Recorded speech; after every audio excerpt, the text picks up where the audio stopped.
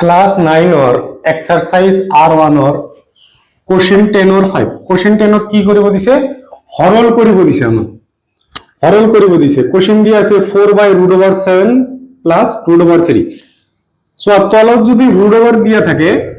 তাহলে আমি কি করি 4/√7 প্লাস √3 একে সংখ্যা আমি লিখিলাম 7√3 আমি লিখি ললো ইয়াতে প্লাস দিয়া থাকিলে মাইনাস হ'ব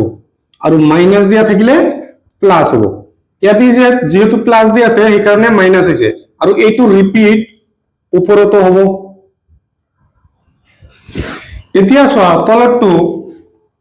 a plus b all into a minus b formula পৰিছে a plus b all into a minus b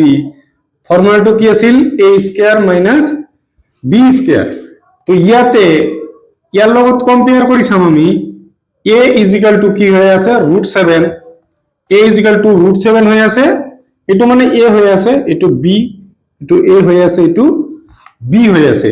a মানে √7 হৈ আছে আৰু b মানে হৈ আছে √3 তো তলত আমাক কি কৰিব লাগে a square minus b square a মানে দিয়া আছে √7 ইয়াৰ স্কয়াৰ মাইনাস b স্কয়াৰ মানে কি হ'ব √3 স্কয়াৰ উপৰত কি দিয়া আছে 4 ইনটু উপৰত আমি 7 লিখিম তলত আমাৰ স্কয়াৰ আৰু √ওভার কি হয় ক্যান্সেল যায় ইয়াতেও স্কয়ার √ওভার কি হ'ব ক্যান্সেল যাব থাকিল কিমান 7 minus 3 আৰু উপৰত থাকিল 4 √7 minus √3 থাকিল 7 minus 3 কি হ'ব 7 minus 3 আমার 4 হয়ে যাব 7 এর উপরে 3 বাদ দিলে কি হয় 4 ইয়াতে থাকিল 4 √7 minus √3 তো আমি 4 আর 4 ক্যান্সেল যাব উপরত আর তলত আছে যেহেতু তো থাকিল কি আমার √7 minus √3 তো এটো হই গেল আমার आंसर ভিডিওটা পজ করে লিখি লওয়া নেক্সট কোশ্চেন নাম্বার দিয়া আছে 6 7 plus √3 ডিভাইড বাই 7 minus √3 ইয়াক আমাক সরল কৰিব দিছে তো আমি কি কৰিম আমি তলতটো 7 minus √3 লিখি লও প্ৰথমতে জি দিয়া আছে ওকে এইটো সংখ্যা আকৌ লিখিম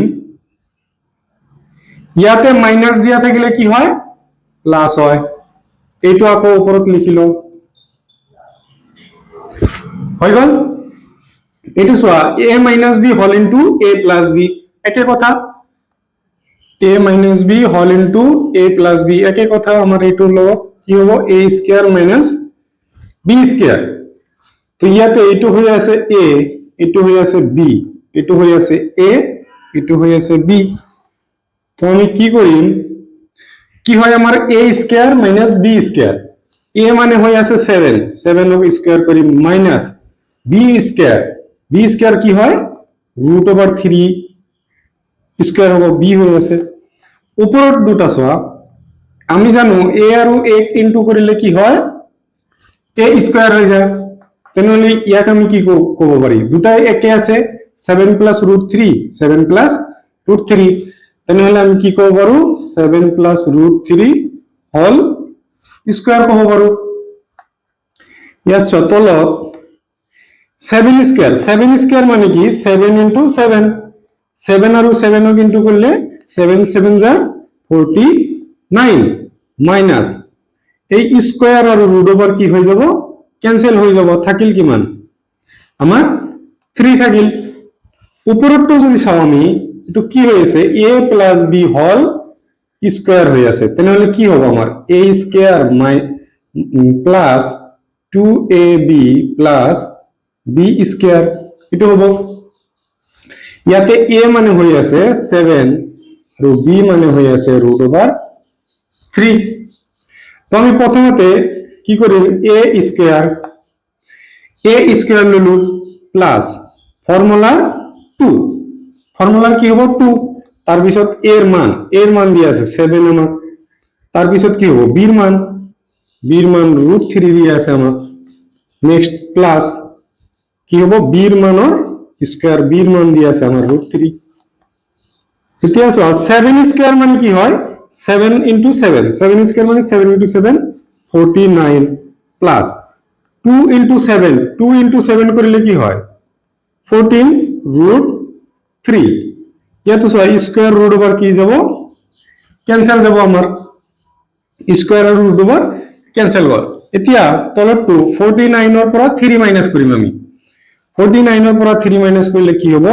46 নেক্সট আমি চাও 46 তলত থাকিল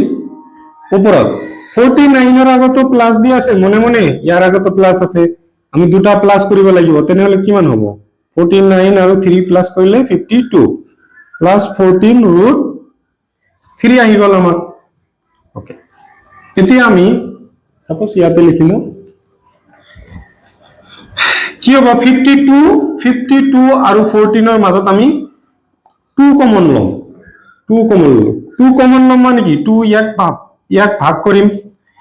5 এৰ মাজত কিমান বাৰ যাব দুবাৰ যাব আৰু থাকিল কিমান 1 আৰু 2 12 এর মাজত কিমান বার যাব 6 প্লাস 2 14 এর মাজত কিমান বার যাব 7 বার 7 √3 তলত থাকিল 46 ইয়াতে চোৱা 2 4 এৰ মাজত কিমান বাৰ যায় দুবাৰ আৰু 6 এৰ মাজত তিনিবাৰ তেনেহলে তলত থাকিল 2 3 উপৰত থাকিল 26 প্লাস 7 √3 এটোৱে এনসাৰ আমাৰ ভিডিওটো পজ কৰি লিখিলোৱা আৰু যদি ভিডিওটো চাই ভাল লাগিছে তেনেহলে ভিডিওটো এটা লাইক দিবা আৰু চ্যানেলটো যদি নতুন হোৱা তেনেহলে চ্যানেলটো সাবস্ক্ৰাইব